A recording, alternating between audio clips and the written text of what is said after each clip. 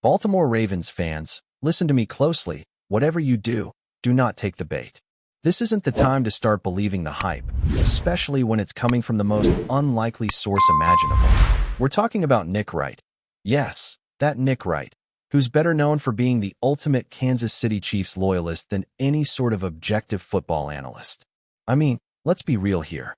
The man has practically built a brand around being Patrick Mahomes' #1 cheerleader. There's no throw, no stat, no facial expression from Mahomes that this guy hasn't glorified. And hey, I don't even blame him. You love your team, cool. You ride for your quarterback, fine. But let's not act like he's been fair when it comes to Lamar Jackson and the Ravens. Over the years, Nick Wright has made it very clear that when it comes to Lamar, there's just no love, no praise, no acknowledgement. This man has downplayed Lamar's MVP season, ignored his growth as a passer, and constantly dismissed him as anything more than a running quarterback. Ravens fans know the script by now. Every time Lamar does something great, Nick finds a way to either shift the goalpost or pretend it didn't happen. It's almost like he wakes up in the morning thinking, how can I make Baltimore fans furious today? And you know what? He's good at it. He's become an expert in rage bait. The type of guy who knows exactly what to say to set Ravens Twitter on fire. And time again, it works. He says something outrageous, and suddenly every Ravens fan is in the comments, arguing, defending, fighting for Lamar's respect. But here's the twist. This time, he switched it up, and it got people talking. Out of nowhere, Nick Wright placed Lamar Jackson at the top of what he calls Mahomes Mountain, ranking him not just above Josh Allen, which, honestly, fine, but above Patrick Mahomes himself. Yes, you heard that right. The same guy who has practically built a shrine to Mahomes just casually slid Lamar up to #1. And Ravens fans? Oh, they were stunned. Social media lit up with disbelief. Finally, he came around. Nick Wright is giving Lamar his flowers. Maybe he's starting to get it. But I'm telling you right now, do not fall for it. This ain't a redemption arc. This is not Nick Wright having an epiphany. This is chess. The man is playing mind games at the highest level, and he's hoping the Ravens walk right into his trap. You think it's a coincidence this shift in narrative is happening now, just weeks before Baltimore is set to face Kansas City at Arrowhead? You think it's random that the praise is coming right as the Ravens are starting to look like a real threat in the AFC? Please. Nick knows exactly what he's doing. He's not trying to celebrate Lamar Jackson. He's trying to manipulate him. He knows the Ravens organization listens to what the media says. He knows those clips from ESPN get played inside the team facility. And he knows that, consciously or not, players feed off that noise. The goal here isn't to uplift. It's to inflate. Get them overconfident. Make them believe the hype. Plant a seed of overassurance so that when they step into Arrowhead, they're not the hungry underdogs anymore. They're the guys who feel like they've already arrived. That little bit of humility that's been driving them all season, Nick's trying to take it away. That chip on Lamar's shoulder, the one that's made him play with a different kind of edge, he wants it gone. Because if the Ravens buy into this new praise, if they start walking with their chests puffed out just a little too much, if they start believing that even Nick Wright is on their side, then they're not the same team anymore. They're vulnerable. And the worst part is, you can already see some fans falling into it. Nick Wright is finally giving Lamar credit. Wow, never thought I'd see the day. No, stop. Think. This is the same man who spent years clowning on Lamar, minimizing his talent, and now suddenly he's doing a complete 180? It's not genuine. It's strategy, and we have to call it what it is. He's scared. Scared because for the first time in a long time, the Kansas City Chiefs have legitimate competition. The Ravens aren't just stacking wins, they're dominating. They're physical. They're explosive. They've got balance on both sides of the ball. And most importantly, they've got that look, the one that says they're tired of coming up short, that they're ready to take the crown. And if you don't think Nick Wright sees that, you're underestimating him. He's not dumb. He just pretends to be when it comes to Baltimore. He knows the Ravens are coming. He knows this might be the year they finally get over that mountain. That Andy Reid and Patrick Mahomes might actually be looking at their match. So what does he do? He switches the game. If he can't break them by criticizing them, maybe he can throw them off by praising them. That's how deep this goes. So I'm telling you now, Baltimore, stay focused. Stay angry. Stay humble. Don't let the noise in. Whether it's critics or sudden supporters, it's all noise. All of it. And it doesn't matter until you prove it on the field. You've come too far to let a talking head on TV mess with the mission. There's too much at stake. And speaking of big games, that next matchup, Ravens versus Lions at M&T Bank Stadium, that one's going to be serious. Like, circa your calendar, playoff-level intensity type serious. If you're going to be at that game, drop a comment. Let me know how excited you are, what the vibe in the stadium is like, because from what I'm hearing, that place is going to be rocking. The kind of atmosphere where you feel the ground shake when Lamar takes off running. The kind of energy that lets every player on the field know this fan base is locked in and ready to ride. Now, on a more personal note, I got a message from someone who's been watching for a while. Shout out to Isaac. He said he finally got his ticket to the Ravens-Chiefs game. First NFL game ever, and it's a big one. Imagine that. Your first time stepping into an NFL stadium, and it's Lamar Jackson versus Patrick Mahomes, Ravens versus Chiefs, a possible preview of the AFC Championship. That's one way to start your fan journey. Huh? Isaac, I know you said you're a Kansas Raven, and I respect that. A Ravens fan repping in Chiefs territory, that's real. And you already know we're all hoping for the same thing, a big-time win. The kind of win that shuts up the noise, shuts down the doubters, and sets the tone for the rest of the season. The kind of win that proves this team is not just here to compete, they're here to conquer. And man, your message took me back. Got me thinking about my first NFL game. I think it was against the Titans, or maybe the Steelers. Either way, it was a while ago. But what I remember more than the final score or the plays was the energy. That feeling of being in the stadium, hearing the crowd explode on third down, seeing Ray Lewis on the big screen, getting everybody hyped with that look in his eyes, tongue out, ready to lead. The whole stadium fed off of that. He wasn't just the leader of the defense, he was the soul of the entire team. And that energy? It sticks with you. There's nothing like your first game. The sound, the smells, the chants, the passion, it's electric. So to anyone out there who's getting ready to experience that for the first time, just know, it's something you'll never forget. Especially if it's a night like the one Isaac's about to walk into. And don't worry, we're not done. There's still a lot more to get into. From whether Lamar is becoming the new face of Baltimore to the possible additions on defense, and how this team can finally reach that next level. But for now, remember this, ignore the noise. Because when it's all said and done, the only thing that matters is what happens between those white lines on Sunday.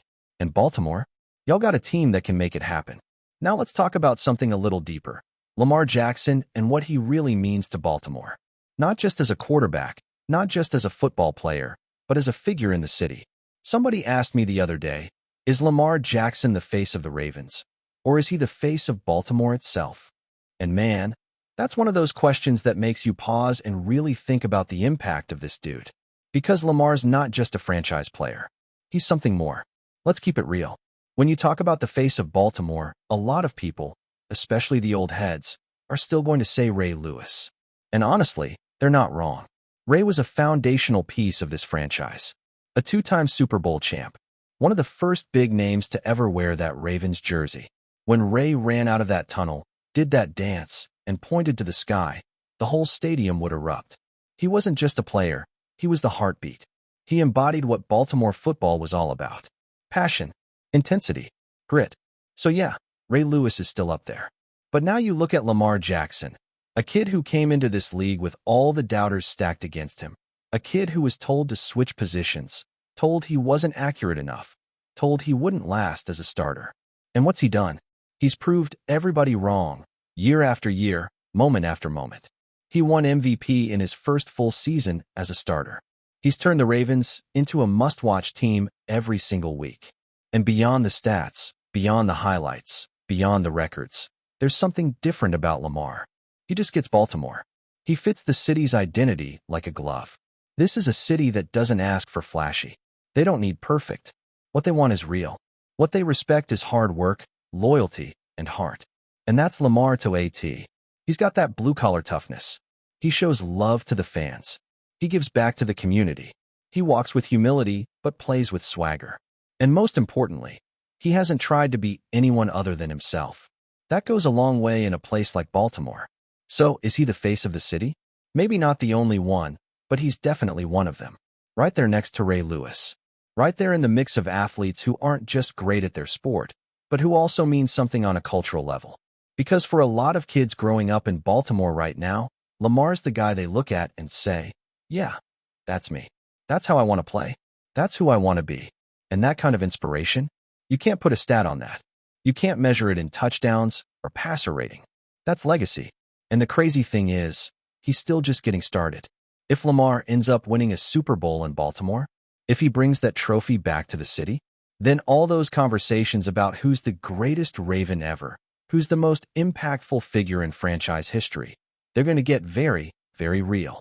Because as much as people still love and respect Ray Lewis, as much as Ed Reed is a legend, as much as Terrell Suggs brought fire to the field, Lamar is playing the most important position in sports at a high level in the modern era. And that comes with a whole different kind of weight. But until then, he's got to keep grinding. And we as fans, we got to stay locked in. Because this team, man, they're close. You can feel it. The defense has been showing flashes of greatness. The offense is evolving. And even though there's been some inconsistency, like one week the offense is lighting it up and the defense is off, then the next week it flips. If they ever manage to sync up at the same time, it's game over for the rest of the league. And that's the part that drives fans crazy. Because we see the potential. We see the pieces. We know what this team is capable of. But there's always that feeling of, why can't they just put it all together? Why can't the offense and defense both show up in the same game, with the same energy, with the same dominance? When they do, like we saw against the Browns, they look unbeatable. But in this league, it's about doing it consistently. It's about being that team every week, not just once in a while. Because talent alone isn't enough. Not in the NFL. Every team is hungry. Every team is gunning for your spot. That's why people start dreaming about reinforcements. And you know the name that keeps popping up? Christian Wilkins. I've heard it from a few fans already, and I get it. You imagine a defensive line with Wilkins and Matabike out there creating chaos, setting the edge, blowing up pockets, freeing up the linebackers and the secondary? That sounds like a championship front. And yeah, there's always going to be noise when a big name like that hits the market, especially when there's a little controversy attached. But if there's any organization that could pull it off and weather the media storm, it's the Ravens. Baltimore doesn't do things recklessly. They don't bring in guys just because of hype. If they move on someone like Wilkins, it's because they've done the homework. They've looked at the past. They've had the conversations. They know what they're walking into. And more than anything, they believe the locker room can handle it. That's what makes the Ravens different. The culture is solid. The leadership is strong. Harbaugh knows how to manage a team, not just call plays. So if they make that move, it's because they know it can work, not just on the field, but in the building too. Before we dive in, don't forget to hit that subscribe button and give this video a thumbs up. Your support keeps us bringing you the latest news on the Baltimore Ravens. And hey, drop your take in the comments below. We want to hear from the flock. In what could be one of the most intriguing off-season moves, whispers from the NFL grapevine suggest that the Baltimore Ravens have quietly secured a new weapon for their offense, MALACHI CORLEY. While the team has officially announced the signing, insiders hint that this might just be the tip of the iceberg for a franchise eager to redefine its offensive identity. Corley, a player whose name has been circulating in scouting circles for months, is known for his versatility and explosiveness, traits that could make him an immediate threat in Baltimore's fast-paced system. Rumors point to the Ravens front office seeing Corley not just as another addition to the roster, but as a potential game-changer. Sources close to the team indicate that his skill set aligns perfectly with Baltimore's evolving strategy, especially in creating mismatches against linebackers and defensive backs. While fans are still buzzing over the official confirmation, the chatter among analysts suggests that Corley's signing may have been in the works for weeks, with negotiations quietly taking place behind closed doors. Speculation is also swirling about how head coach John Harbaugh might deploy the newcomer. Some insiders believe Corley could slot in immediately as a slot receiver, exploiting gaps in the defense with his agility and speed, while others hint at more creative packages, including motion plays and gadget formations that could keep opponents guessing. His potential impact in the passing game could be significant, especially in critical third-down situations, and some pundits are already imagining highlight reel moments against division rivals. While it remains to be seen how quickly Corley will adjust to the NFL stage, the excitement around the Ravens camp is palpable. Teammates are reportedly welcoming him with open arms, and social media chatter suggests that fans are ready to embrace the young talent as the next breakout star. If the rumors hold true, this signing could mark the beginning of a new chapter for Baltimore, a team quietly assembling pieces that could, in the coming season, transform them from perennial contenders to a dominant force. Keep your eyes on the Ravens' sideline. Malachi Corley might just be the spark that ignites a thrilling offense. That's it for this update. If you enjoyed the video and want to stay in the loop with exclusive news on our Baltimore Ravens, make sure to subscribe and hit that like button. We'd love to hear what the flock thinks. Drop your thoughts in the comments. See you in the next one.